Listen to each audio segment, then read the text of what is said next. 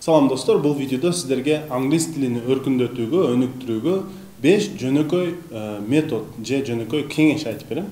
Кеттик.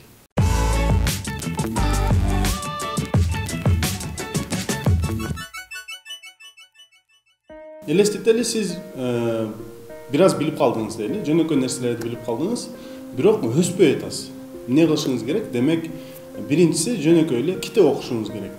Эң жөнөкөй англис тилиндеги китептерди алып баштаңыз, сабыр кылып отуруп окуп көрүңүз. Башында түшүнүксүз болот, бирок бара-бара көнүп кетесиз да. Канча көп жаңы сөз үйрөнсөңүз, ошончо акырын өсө берет. Мындай жөнөкөй эле нерсе да, мындай карап көрсөтчү. Бул жөнүндө мен башка видеодо кененирээк айтып берем, кантип китеп окуш керек, кайсы китеп окуш керек, жана башка ушул сыяктуу нерселерди. Экинчи кеңеш, жөнөкөй подкасттарды угуңуз. Подкаст деген бул эмне? Бул телефондо, мисалы үчүн бирөө аудио жаздырып жүктөп коет. Ошолорду англисче угуңуз.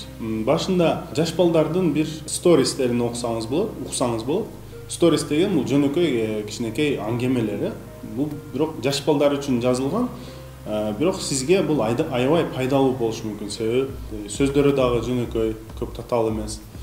Угуп, балким түшүнбөгөн жериңизде паузага коюп, ал сөздү изилдеп, ал эмнени билдирет, ошентип иштесеңиз, акырын тилиңиз өзгөрөт. Үчүнчү кеңеш, бул өзүңүз менен өзүңүз сүйлөшүңүз. Бул балким кээ бир адамдарга бир башкача угулушу мүмкүн, өзүңүз менен өзүңүз кантип сүйлөшөсүз.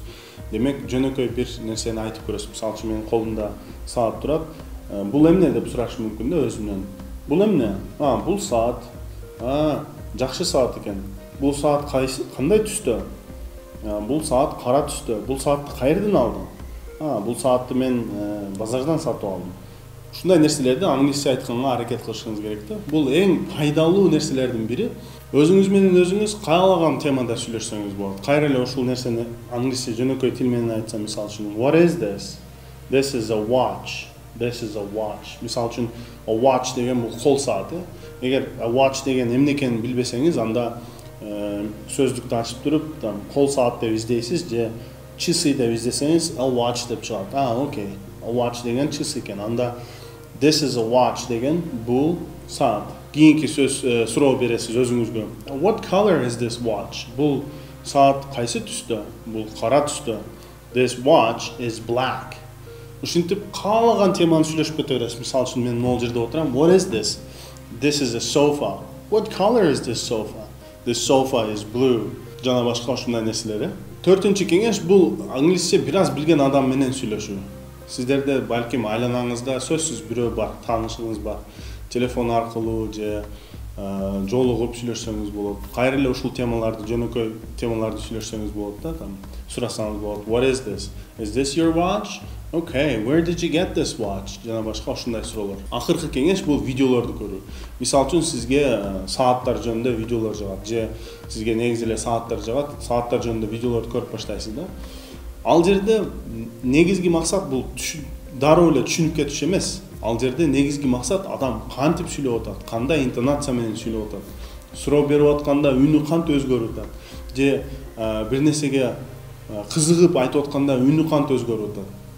Же бир нерсеге таң калып атканда кантип өзгөрүп атат. Адам ушундай нерселерден дагы көп нерсени үйрөнөт да. Сиз чет тилин үйрөнүп атасыз да. Алар башкача интонация колдонот. Мисалы үчүн биз суроо бергенде башкача интонация колдонобуз. Алар башкача интонация. Мисалы үчүн where do you work? Сен каерде иштейсиң? Бираз башкача айтышы мүмкүн.